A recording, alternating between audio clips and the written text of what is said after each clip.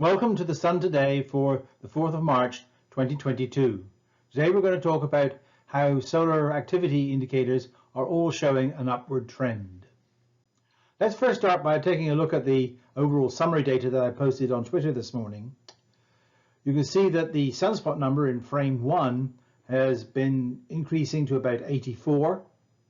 In frame 2 we see that geospace is relatively quiet, even though the solar wind speed has increased to 480 kilometers per second. In frame 3 you can see the sunspots.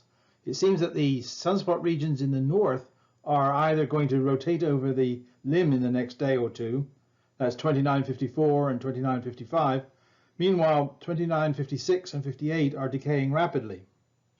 We do have 3 regions in the southern hemisphere that are growing, principally 2957 and the one near the southeast limb. In the inset in the bottom left, we have the GOES X-ray flux, which is steadily increasing. We had a C3 flare late yesterday, and since then a number of C1 flares. It's been 82 days since the last spotless day, and we've had 3 consecutive days now with at least a C1 flare. Let's take a look at a movie of the sunspots and see what's been going on over the last week.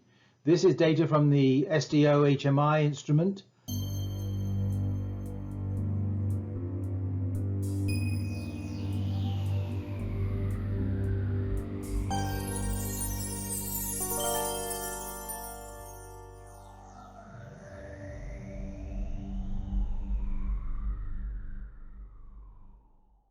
Next, let's take a look at the C3 Alaska SOHO images. That's to look at coronal mass ejections, and we have the planet Jupiter sneaking from left to right across our images.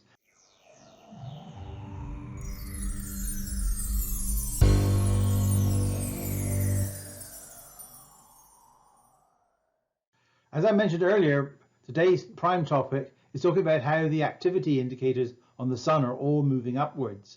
This includes sunspots, radio flux, the X-ray background, flares, coronal mass ejections, total solar irradiance, and cosmic ray rates. First, we'll take a look at how sunspots have evolved throughout the beginning of solar cycle 25. This plot shows the sunspot number smoothed by 28 days, so this takes in rotation of the sun into account. For the first 6 months of solar cycle 25, from January of 2020 to June of 2020, the sunspot numbers remained remarkably low, basically at solar minimum conditions. But once that period was over, the sunspot numbers started to climb, and they started to climb quite rapidly. In fact, they look as though they're accelerating, which indicates that the sunspot number is going to go much higher in the future. First, let's take a look at a comparison between solar cycle 24 and solar cycle 25. Using the same smoothing, i.e. 28 days, so we're taking out solar rotation, I'm showing solar cycle 25 here in blue and solar cycle 24 here in orange. And you can see for most of the time since solar minimum, solar cycle 25 has exceeded the experience of solar cycle 24. And in fact, if you take the average number of sunspots over this period, solar cycle 25 is 35% more active than solar cycle 24 so far. If that were to continue, that would predict that solar cycle 25 maximum would be around 157 in sunspot numbers. If you remember, my prediction from a couple of years ago was 165. Not only are we getting more spots, but we're getting bigger spots. Here's a comparison of the last 3 years with the sunspots. If you go back to 2020 on March 4th, there were no sunspots on the sun whatsoever. Fast forward 1 year to March the 4th in 2021, you can see we've got a couple of modest sunspot groups there in the southern hemisphere, but nothing to really write home about.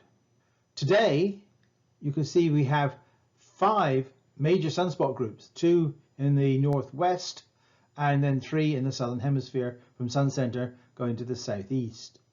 So you can see that the sunspots are getting bigger, and bigger sunspots last longer. We've actually had several examples that I've tweeted about in the past where sunspot groups have now returned after more than one rotation.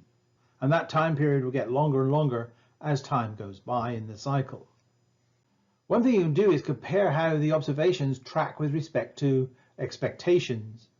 The red line here is the NASA NOAA model for solar cycle 25. The blue line here with the diamonds on it are the actual observations of the monthly sunspot number. And you can see that it's exceeding the model by about 82% higher than predicted. If that were to continue throughout the rest of the cycle, then it would predict how big solar cycle 25 would be, and that would say that the maximum of solar cycle 25 would be about 211. That's remarkably higher than solar cycle 24, which was 116. There are actually other indices that will give you some idea of how the sun's activity is going, and one of those is the F10.7 centimeter radio flux. And I've shown that compared with the model of the flux here below. The model again is in red, and the data is actually blue with the diamonds. And in this case, the observations are outpacing the model by 98%. Again, we can turn that into a prediction for solar cycle 25, and that would come out at 230, which would make it one of the largest cycles ever recorded. We do a lot of our work with X-ray from the GOES X-ray sensor. I've got a comparison here between the 22nd of February in 2021, which is the closest I could get to today's date, and today's X-ray flux. And you can see there's a massive difference between them. In 2021, the flux was 2 times 10 to the minus 8 watts per square meter. In 2022, it's 5 times 10 to the minus 7 watts per square meter. That's a factor of 25 over the previous measurements. So we've had an increase in the X-ray background. That's the amount of energy that the sun is producing in the X-ray region of a factor of 25 in just 1 year. And I suspect that that will continue.